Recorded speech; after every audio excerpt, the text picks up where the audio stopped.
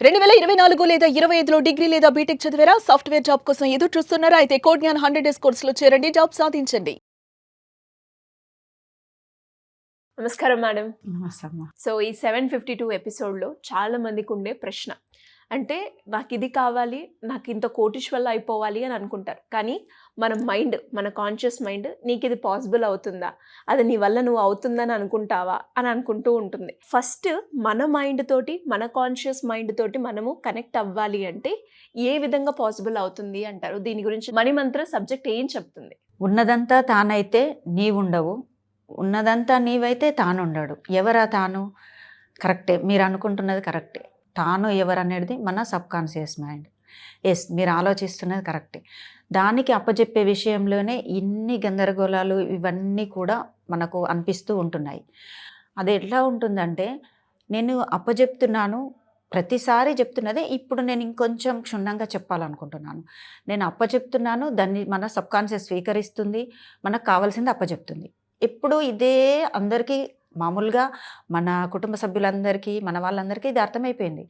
కానీ ఇక్కడ వెంటనే మళ్ళీ వస్తున్న ప్రశ్న ఒకటి, అందరూ అనుకుంటున్న తీరేమంటే, ఇది నేను వేరు, సబ్కాన్షియస్ మైండ్ వేరు, నేను దీనికి అప్పజెప్పాలి.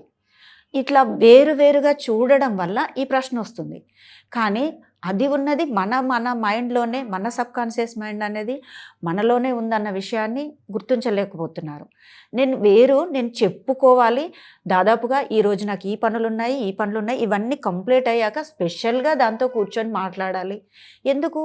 అదేదో ఇంకా వేరే వ్యక్తి కాదే, దానికోసం ఇవన్నీ పనులు పూర్తి చేసుకొని అప్పుడు అక్కడికి వెళ్ళి మాట్లాడాలి అంత అవసరం ఏమీ లేదు. మన ఆలోచనలు ఏవైతే ఉంటాయో మన మాటలుగా వస్తాయి, మన మాటలు ఏవైతే ఉన్నాయో అవి మన ముందుకు, మన సబ్కాన్షియస్కి అప్పచెప్పడము, అవి మన ముందు భౌతికంగా ప్రకటించడం జరుగుతుంది. అట్లాంటప్పుడు స్పెషల్గా టైం పెట్టుకొని అది వేరు, నేను వేరు, ఈ చూడడాన్ని మానాలి. నేను చెప్తున్నది అదన్నమాట. దాన్ని మానడము ఎలా అనుకున్నప్పుడు, అప్పజెప్పే విధానంలో ఉదాహరణకి నాకు ఒక ₹1,00,00,000 కావాలి, నేను ₹1,00,00,000 పొంది ఉన్నాను. అసలు కావాలి అని చెప్పడమే కరెక్ట్ కాదు. ఏదైతే లేదో దాన్ని మనం కావాలని అడుగుతుంటాము. సబ్కాన్షియస్కి చెప్పే విధానం ఎలా ఉంటుందంటే, నాకు ₹1,00,000 కావాలి, నాకు ₹1,00,00,000 కావాలి, నాకు ఇది కావాలి, అది కావాలి. కావాలి అనడము లేమిని సూచిస్తుంది. కావాలి అంటే లేదని కదా దాని అర్థం. మరి దానికి మనం ఏం చెప్పాలి? చెప్తున్న పదాన్ని ఇంతకుముందు కూడా నేను చెప్పాను, ఇప్పుడు మళ్ళీ చెప్తున్నాను. కలిగి ఉన్నాను అని చెప్పాలి. కలిగి ఉన్నాను క్లియర్గా, నేను ₹1,00,00,000 కలిగి ఉన్నాను, లేదా నేను పలానా బంగ్లాను కలిగి ఉన్నాను, ఇల్లును కలిగి ఉన్నాను అని చెప్పాలి. చెప్పడం వల్ల ఏమవుతుందంటే, ఓకే వీళ్ళకు ఉంది కాబట్టి, అంటే ఎప్పటికప్పుడు ఈ మాట ఎలా ఉంటుందంటే, నాకు కావాలి అన్నది రేపటిని సూచిస్తుంది, రేపు అది తెచ్చిపెడుతుంది అన్నట్టుగా ఉంటుంది. అలా అక్కర్లేదు, పొంది ఉంటున్నాను అని చెప్పడం అవసరం. దీన్ని ఇంకా నేను వేరు, సబ్కాన్షియస్ మైండ్కి అప్పచెప్పడం వేరు అన్నప్పుడు, ఒకటిగా మన ఫీలింగ్ రావాలి, తొందరగా మనము మన సబ్కాన్షియస్ కనెక్ట్ అవ్వాలి అంటే కనుక ఒక పని చేసి చూడొచ్చు. ఏమంటే, మీరు సైలెంట్గా ఒక చోట కూర్చొని మీ లోపల మెదులుతున్న మీ భావనలను, మీ ఫీల్ ఏదైతే ఉందో దాన్ని గమనిస్తూ ఉండండి సైలెంట్గా. మీతో మీరు ఒక్క ముక్కలో చెప్పాలనంటే మీటింగ్ పెట్టుకోవాలి. మీతో మీరు మీటింగ్ పెట్టుకోండి. మీతో మీరే మౌనంగా ఉండి, మీ లోపల ఏ భావనలు స్టార్ట్ అవుతున్నాయి, మీ ఆలోచనలు ఏ రకంగా ఉన్నాయి అనేది. ఇతరులకైతే మీరు మాట్లాడుతున్నప్పుడు మీ లోపల భావనలు కానీ, ప్రశ్నలు కానీ, ఆన్సర్లు కానీ, సంభాషణ కానీ జరుగుతూ ఉంటుంది. అలా కాదు అన్నప్పుడు మీతో మీరు భాషించుకోవాలి అంటే ఏముంటుంది అంటే, మీరు ఏదైతే అనుకుంటున్నారో, మీ లోపల ఒక అపరాధ భావం ఉందా, మీరు ఎక్కడైనా తప్పు చేశారా, మిమ్మల్ని మీరు ప్రేమించుకోవడం లేదా, మిమ్మల్ని మీరు బాధ పెట్టుకుంటున్నారా, ఈ ఒక్కొక్కటిగా మీరు వాటిని సెలెక్ట్ చేస్తూ, అంటే తీస్తూ ఉండండి. అవి తెలుస్తూ ఉంటుంది మీకు. నేను ఎక్కడ ఫీల్ అయ్యాను, ఎవరి వల్ల బాధపడ్డాను, లేదా ఎవరి గురించైనా నేను ఆ భారాన్ని మోస్తూ ఉన్నానా. అంటే మనకు తెలియకుండానే ఉదయం నుంచి రాత్రి వరకు ఎంతోమంది మనకు ఎదురవుతూ ఉంటారు. వాళ్ళ ఒక టాపిక్, మనం దాన్ని మోసుకెళ్ళిపోయి కాసేపటి వరకు మన మైండ్లో మోస్తూ ఉంటాము. అది కాకుండా నీతో నువ్వు చెప్పాలనుకున్నట్టు క్లియర్ చేసేయండి. అంటే, ఇతరులతో చెప్పకుండా ఎవరికి వాళ్ళ ఉన్న కొన్ని భావనలు ఉంటాయి, గమనించండి ఒకసారి.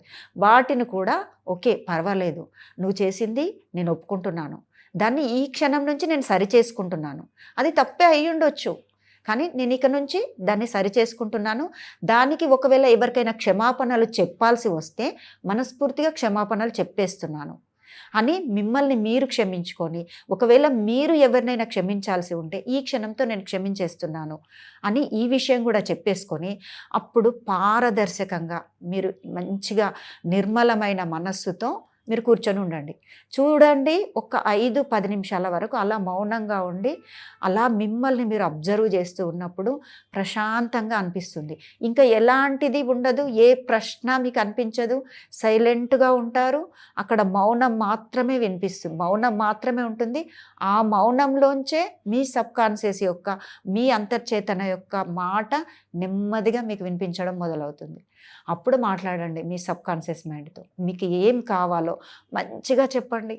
ఇంతవరకు నీతో నువ్వు పెట్టుకున్న ఆ మీటింగ్ ఏదో, అవి రెండు ఒకటైపోయినప్పుడు ఇంకా అది మీరే, ఇది మీరే అన్నట్టుగా మీరు ఎంత బాగా మీకు మీరు ఏం చెప్పుకుంటారో చెప్పేసుకోండి. క్లియర్గా చెప్పండి. అద్భుతంగా ఉంటుంది. అది అనుభూతి చెందినప్పుడు తెలుస్తుంది ఎంత బాగుంటుందో. అప్పుడు మీరు చిన్న దాని నుంచి పెద్ద వరకు మీరు ఎంత కావాలనుకుంటే అంత, దాంట్లో సంతోషము, ఆనందము, మీకు కావాల్సినవి, మీరు ఇతరులకు ఇవ్వాలనుకున్నవి, మీ కుటుంబానికి ఇవ్వాలనుకున్నవి బోలెడంతా సంభాషించుకోండి. అది ఎవరు? మీతో మీరు చెప్పుకుంటున్నది. అప్పుడు ఇంకా అది వేరు, ఇది వేరు కాదు, అంతా మీరే అయి ఉంటారు. ఇలా ఎవరైనా కూడా వాళ్ళకి సంబంధించి ఎలాంటి డౌట్స్ ఉన్నా కూడా మిమ్మల్ని అప్రోచ్ అవ్వాలి, క్లాసెస్కి అటెండ్ అవ్వాలి అంటే ఏ విధంగా ఉంటుంది మ్యామ్? కింద స్క్రోల్ అవుతున్న నెంబర్స్కి కాల్ చేసి మీరు వివరాలు కనుక్కున్నట్లయితే మన టీం వాళ్ళందరూ మీకు కావాల్సిన డీటెయిల్స్ అన్నీ క్లియర్గా చెప్తారు. Thank you ma'am. Thank you so much.